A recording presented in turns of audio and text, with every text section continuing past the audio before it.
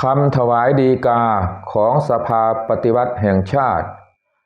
เรื่องการแก้ไขปัญหาวิกฤตชาติเพื่อรักษาความมั่นคงแห่งชาติด้วยรัฐบาลเฉพาะการตามแนวทางปฏิวัติสันติตอนที่2รัฐบาลเฉพาะการเป็นรัฐบาลที่มีภารกิจเฉพาะเพื่อแก้ไขปัญหาความวิกฤตอย่างร้ายแรงเช่นการรักษาความมั่นคงแห่งชาติการสงครามการเปลี่ยนแปลงการปกครองการปฏิวัติประชาธิปไตยการฟื้นฟูชาติหลังวิกฤตทางการเมืองเป็นต้นรัฐบาลเฉพาะการใช้อำนาจอธิปไตยของปวงชนเป็นกรณีพิเศษจึงมีอำนาจมากกว่ารัฐบาลในรูปอื่นๆแต่ก็เป็นอำนาจอย่างถูกต้องเฉพาะที่จำเป็นตามวิธีการประชาธิปไตยรัฐบาลเฉพาะการจึงไม่ใช่รัฐบาลจากการเลือกตั้งแต่เป็นรัฐบาลที่มาจากความยินยอมพร้อมใจของประชาชนและปฏิบัติภารกิจเพียงชั่วคราว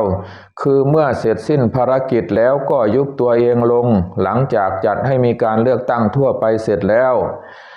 รัฐบาลเฉพาะการเป็นองค์การอำนาจรัฐที่ประกอบด้วยบุคลากรที่มาจากขบวนก้าวหน้าหรือขบวนการประชาธิปไตยที่แท้จริงเท่านั้นขบวนเผด็จการโดยเฉพาะพรรคการเมืองไม่สามารถเป็นรัฐบาลเฉพาะการได้เพราะกระบวนการเหล่านั้นจะใช้รัฐธรรมนูญแก้ปัญหาโดยจะไม่ใช้นโยบายประชาธิปไตยที่ถูกต้องมาแก้ปัญหาเพราะการใช้รัฐธรรมนูญแก้ปัญหาเป็นการใช้เครื่องมือที่ผิดนอกจากจะแก้ปัญหาวิกฤตไม่ได้แล้วยังจะเป็นการเพิ่มปัญหาซ้อนขึ้นมาใหม่อีกต่างหากรัฐบาลเฉพาะการมีขึ้นได้ต้องได้รับการผลักดันจากประชาชนอย่างกว้างขวางและต้องมีกองทัพแห่งชาติให้ความร่วมมือเป็นอย่างดีมิฉะนั้น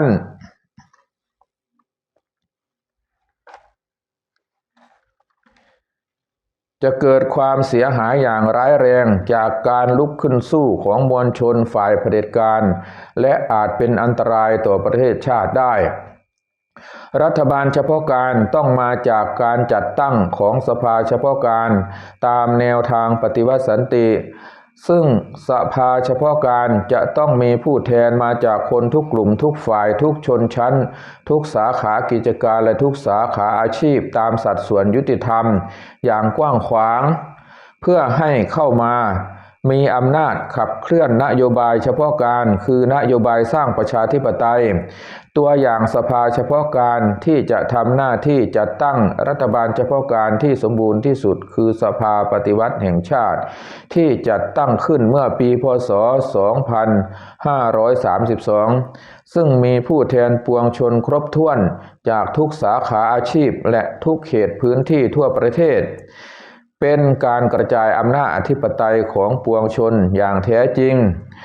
รัฐบาลเฉพาะการเป็นรัฐบาลชนิดพิเศษจะทำการเปลี่ยนผ่านสถานการณ์วิกฤตให้สำเร็จหรือไม่ขึ้นอยู่กับนโยบายแห่งชาติซึ่งไม่ใช่นโยบายแห่งพรรคสำหรับในบ้านเมืองเรานั้นต้องเป็นนโยบายประชาธิปไตยเท่านั้นและยังประกอบด้วยมาตรการอันจำเป็นในการสร้างเสถียรภาพทางการเมืองอย่างเหมาะสมกับสถานการณ์ทางการเมืองอีกด้วยเมื่อว่าโดยสรุปแล้วการจะแก้ปัญหาวิกฤตชาติเพื่อรักษาความมั่นคงแห่งชาติเอาไว้อย่างเบ็ดเสร็จเด็ดขาดได้นั้นจะต้องทำการสถาปนาการปกครองแบบประชาธิปไตยโดยสันติวิธีหรือการปฏิวัติประชาธิปไตยตามแนวพระบรมราโชบายสร้างประชาธิปไตยอย่างสันติหรือการปฏิวัติสันติของรัชกาลที่5ที่6ที่7และนโยบาย 66/23 ขั้นตอนที่2โดยการเคลื่อนไหวผลักดันให้มีการตราพระราชกฤษฎีกาจัดตั้งรับรองหรือขยายสภาออกไปเป็นสภาปฏิวัติแห่งชาติซึ่งมีผู้แทนมาจากคนทุกกลุ่มทุกฝ่ายทุกชนชั้นทุกสาขากิจการและสาขาอาชีพอย่างแท้จริง ตามสัดส่วนยุติธรรมประมาณ 3,000 ถึง 5,000 คน และโอนอำนาจจากรัฐสภามาสู่สภาปฏิวัติแห่งชาติเพื่อให้สภาปฏิวัติแห่งชาติได้มีอำนาจทำหน้าที่แทนสภาผู้แทนราษฎรในการจัดตั้งรัฐบาลแห่งชาติหรือรัฐบาลเฉพาะการขึ้นมาทำหน้าที่ปฏิบัตินโยบายแห่งชาติหรือนโยบายเฉพาะการซึ่งเป็นนโยบายสร้างประชาธิปไตยทั้งนโยบายหลักนโยบายเร่งด่วนเฉพาะหน้าของสภาปฏิวัติแห่งชาติรวมถึงนโยบายของกลุ่มองค์กรมวลชนหรือสมัชชาสาขาอาชีพต่างๆที่สอดคล้องกับนโยบาย 66/2523 มีการปฏิรูปที่ดินเป็นต้นสร้างประชาธิปไตยสมบูรณ์ให้เป็นผลสำเร็จเสียก่อนแล้วจึงจัดให้มีการเลือกตั้งทั่วไปขึ้นแทนทั้งนี้โดยกองทัพแห่งชาติซึ่งเป็นกลไกเอกของรัฐและหรือรัฐบาลเป็นแกนหลักและเป็นผู้สนับสนุนการสร้างประชาธิปไตยดังกล่าวโดยใช้หลักกฎหมายสูงสุดคือความปลอดภัยในชีวิตทรัพย์สินของประชาชนและความมั่นคงแห่งชาติเป็นกฎหมายสูงสุดเป็นเครื่องมือในการดำเนินการภายใต้สถานการณ์ปฏิวัติกระแสสูงมาตรการที่เป็นรูปธรรมในการจัดตั้งสภาเฉพาะการเพื่อจะไปจัดตั้งรัฐบาลเฉพาะการตามแนวทางปฏิวัติสันติจะต้องดำเนินการตามขั้นตอนดังนี้ 1. จัดประชุมใหญ่ผู้แทนประชาชนทั้งประเทศหรือประชุมใหญ่สมัชชาแห่งชาติเพื่อลงมติดังนี้ 1.1 มีมติยึดถือแนวทางสร้างประชาธิปไตยโดยสันติวิธีหรือแนวทางปฏิวัติสันติของรัชกาลที่ 5 ที่ 6 ที่ 7 และนโยบาย 66/2523 ขั้นตอนที่ 2 ในสมัยรัชกาลที่ 9 สืบสานต่อยอดให้สำเร็จเสร็จสมบูรณ์ในสมัยรัชกาลที่ 10 1.2 มีมติจัดตั้งรับรองสภาปฏิวัติแห่งชาติตามแผนผังโครงสร้างและวิธีการจัดตั้งของสภาปฏิวัติแห่งชาติเพื่อรับโอนอำนาจ 1.3 มีมติรับรองแนวทางนโยบายและมาตรการของสภาปฏิวัติแห่งชาติ 1.4 มีมติโอนอำนาจจากรัฐสภามาสู่สภาปฏิวัติแห่งชาติ 1.5 มีมติให้ถือว่าการประชุมใหญ่ผู้แทนประชาชน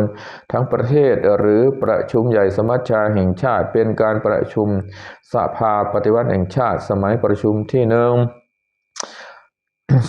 ทูลเกล้าทูลกระหม่อมขอพระราชทานพระกฤษฎีกาโอนอำนาจจากรัฐสภามาสู่สภาปฏิวัติแห่งชาติตามมาตรการดังนี้ 2.1 ให้รัฐบาลสิ้นสุดลงให้สภาปฏิวัติแห่งชาติทำหน้าที่รัฐสภาชั่วคราวจนกว่าจะมีการเลือกตั้งทั่วไปและให้สมาชิกวุฒิสภาและสมาชิกสภาผู้แทนราษฎรร่วมเป็นสมาชิกสภาปฏิวัติแห่งชาติด้วย2.2 ทรงตั้งเป็นประธานสภาปฏิวัติแห่งชาติ 2.3 ให้คณะรัฐมนตรีสิ้นสุดลงและทรงตั้งเป็นนายกรัฐมนตรีชุดใหม่ 2.4 ระหว่างที่ยังไม่ประกาศใช้รัฐธรรมนูญฉบับใหม่ให้ระงับใช้บทบัญญัติในรัฐธรรมนูญซึ่งขัดต่อพระกฤษฎีกานี้บทบัญญัติอื่นๆในรัฐธรรมนูญยังคงใช้ต่อไป 2.5 นายกรัฐมนตรีและหรือประธานสภาปฏิวัติแห่งชาติเป็นผู้รับสนองพระบรมราชโองการ 3. เมื่อโอนอำนาจเสร็จแล้วทรงพระกรุณาโปรดเกล้าตราพระกฤษฎีกาเรียกประชุมสภาปฏิวัติแห่งชาติสมัยประชุมที่ 2.4 การบริหารราชการแผ่นดินเป็นไปตามนโยบายของสภาปฏิวัติแห่งชาติทั้งนโยบายหลักและนโยบายเร่งด่วนเฉพาะหน้าตลอดจนนโยบายของกลุ่มและองค์กรมวลชนสมัชชาสาขากิจการและสาขาอาชีพต่างๆที่สอดคล้องกับคำสั่งสำนักนายกรัฐมนตรีที่ 66/2523การตราพระกฤษฎีกาโอนอำนาจเช่นนี้เป็นไปตามแบบอย่างการโอนอำนาจของพระยามโนปกรณ์นิติธาดานายกรัฐมนตรีในสมัยรัชกาลที่ 7นั่นเองซึ่งเป็นวิธีการสันติและถูกกฎหมาย ซึ่งตามกฎเกณฑ์ของประเทศเอกราชเอเชียการที่จะปฏิวัติประชาธิปไตยหรือสร้างประชาธิปไตยโดยสันติวิธีหรือการปฏิวัติสันติให้สำเร็จได้อย่างแท้จริงนั้นเป็นหน้าที่โดยตรงของ3 สถาบันที่จะเป็นแกนนำหลักในการเปลี่ยนแปลงบ้านเมืองดังกล่าวนั่นแก่ 1. สถาบันพระมหากษัตริย์ 2. สถาบันกองทัพแห่งชาติ 3. สถาบันพรรคการเมืองทั้ง3 สถาบันนี้จะต้องทำหน้าที่เป็นแกนนำหลักในการปฏิวัติประชาธิปไตยโดยความเห็นชอบสนับสนุนเคลื่อนไหวผลักดันและให้ความร่วมมือของประชาชนทุกกลุ่มทุกฝ่ายทุกชนชั้นทุกสาขากิจการและสาขาอาชีพตามเงื่อนไขในตัวอย่างองค์ประกอบและแผนผังโครงสร้างสภาปฏิวัติแห่งชาติถ้าจะปล่อยให้ประชาชนทำการปฏิวัติเพียงฝ่ายเดียวจะกลายเป็นการปฏิวัติรุนแรงทันทีและถ้าหาก3 สถาบันนี้ไม่ทำหน้าที่เป็นแกนนำหลักในการปฏิวัติประชาธิปไตยภายใต้สถานการณ์ปฏิวัติกระแสสูงทั้ง3 สถาบันนี้ก็จะถูกสถานการณ์ปฏิวัติซอกกร่อนบ่อนทำลายและจะถูกล้มล้างอย่างเป็นไปเองในที่สุดพร้อมกับความวิบัติหายนะล่มจมของประเทศชาตินายกรัฐมนตรีในฐานะตัวแทนของประมุขแห่งรัฐและในฐานะตัวแทนพรรคการเมืองที่มีเสียงข้างมากในสภาควรเป็นแกนนำหลักในการทำภารกิจดังกล่าวนี้แต่ถ้านายกรัฐมนตรีไม่ปฏิบัติตามแนวทางปฏิวัติสันติดังกล่าวนี้ก็จะไม่สามารถรักษาความมั่นคงแห่งชาติเอาไว้ได้และตัวนายกรัฐมนตรีเองก็จะพังพินาศไปด้วยส่วนภารกิจปฏิวัติสันตินี้ก็จะตกแก่กองทัพแห่งชาติในฐานะที่เป็นกลไกเอกของรัฐมีหน้าที่หลักในการรักษาความมั่นคงแห่งชาติศาสนาและพระมหากษัตริย์และยังเป็นเจ้าของคำสั่ง 66/2523 อีกด้วยกองทัพแห่งชาติควรทำขั้นตอนที่2ของคำสั่ง 66/2523 ให้เสร็จสิ้นไปประชาชนก็จะต้องร่วมกับกองทัพแห่งชาติทำให้สำเร็จทันต่อสถานการณ์และถ้ากองทัพแห่งชาติก็ไม่ปฏิบัติภารกิจนี้ให้สำเร็จกองทัพแห่งชาติเองก็จะพังพินาศไปเช่นเดียวกันพร้อมกับความวิบัติหายนะล่มจมของประเทศชาติในสถานการณ์ปัจจุบันนี้ประชาชนในฐานะเจ้าของประเทศก็สามารถจะทำการปฏิวัติสันติดังกล่าวได้โดยแกนนำมวลชนจะต้องยกระดับจากการชุมนุมใหญ่ให้เป็นการประชุมใหญ่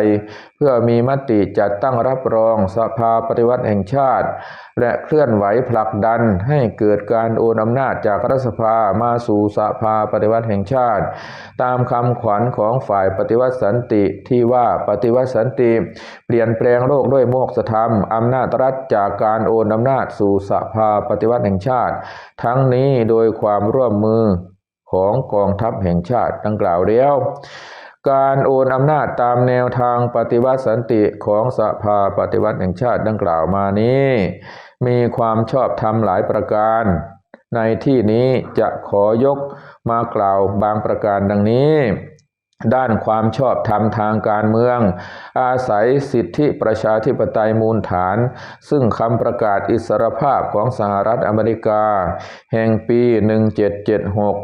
ได้สรุปหลักการสำคัญไว้ว่ามนุษย์ถูกสร้างมาให้เท่าเทียมกันมีสิทธิ์ที่จะยกเลิกเปลี่ยนแปลงไม่ได้อันพระผู้สร้างได้ประทานให้มาในบรรดาสิทธิ์เหล่านั้นมีสิทธิ์ในชีวิตสิทธิ์ในเสรีภาพสิทธิ์ในการแสวงหาความสุขเพื่อที่จะรักษาสิทธิ์เหล่านั้นไว้ให้มั่นคงการปกครองจะต้องสถาปนาขึ้นในระหว่างมนุษย์และได้อำนาจอันชอบธรรมมาจากความยินยอมของผู้ถูกปกครองเมื่อใดที่การปกครองในรูปใดรูปหนึ่งกลายเป็นผู้ทำลายสิทธิเหล่านั้น ย่อมเป็นสิทธิของประชาชนที่จะเปลี่ยนแปลงหรือยกเลิกการปกครองนั้นเสียและสถาปนาการปกครองใหม่ซึ่งตั้งอยู่บนรากฐานแห่งหลักการของสิทธิเหล่านั้นและดำเนินการเพื่อให้อำนาจของการปกครองนั้นมีผลเป็นความปลอดภัยและความสุขของประชาชนด้านความชอบธรรมด้วยกฎหมายประการแรกอาศัยหลักกฎหมายสูงสุด Supreme Law คือความมั่นคงแห่งชาติซึ่งสมัยก่อนเรียกว่าความปลอดภัยของประชาชนประการต่อมายึดถือตามความมุ่งหมายแห่งรัฐธรรมนูญซึ่งบัญญัติไว้ในมาตรา2ของรัฐธรรมนูญแห่งราชอาณาจักรไทยพุทธศักราช2521และทุกฉบับต่อมาจนถึงฉบับปัจจุบันว่าประเทศไทยมีการปกครองระบอบประชาธิปไตยอันมีพระมหากษัตริย์เป็นประมุขแต่การกระทำของทุกรัฐบาลทุกสมัยที่ผ่านมาเป็นการละเมิดความมุ่งหมายแห่งรัฐธรรมนูญโดยทำให้การปกครองเป็นระบอบเผด็จการนายทุนขุนศึกหรือเผด็จการรัฐสภาและเผด็จการรัฐประหารไปเสียสภาปฏิวัติแห่งชาติต้องการจะทำให้ความมุ่งหมายแห่งรัฐธรรมนูญปรากฏเป็นจริงคือให้มีการปกครองระบอบประชาธิปไตยอันมีพระมหากษัตริย์เป็นประมุขของประเทศอย่างแท้จริงด้านความสงบเรียบร้อยของบ้านเมืองในการปฏิวัติสันตินั้นจะไม่มีการเคลื่อนไหวมวลชนลุกฮือขึ้นสู้อำนาจรัฐแบบม็อบแต่จะเคลื่อนไหวแบบแมสโดยจะมีการจัดประชุมสัมมนาและประชุมใหญ่มีการพิจารณาปัญหาในที่ประชุมกันด้วยเหตุด้วยผลตามหลักการหลักวิชาตามข้อเท็จจริงและความจำเป็นในการที่จะต้องช่วยกันร่วมมือกันกับภาครัฐและประชาชนทุกกลุ่มทุกชนชั้นและทุกสาขาอาชีพตามตัวอย่างองค์ประกอบของสภาปฏิวัติแห่งชาติในการจะเปลี่ยนแปลงบ้านเมืองให้ดีขึ้นเป็นการสร้างความปรองดองสมานฉันท์สามัคคีกันภายในบ้านเมืองโดยสันติวิธีอย่างแท้จริงนอกจากจะไม่มีการเคลื่อนไหวมวลชน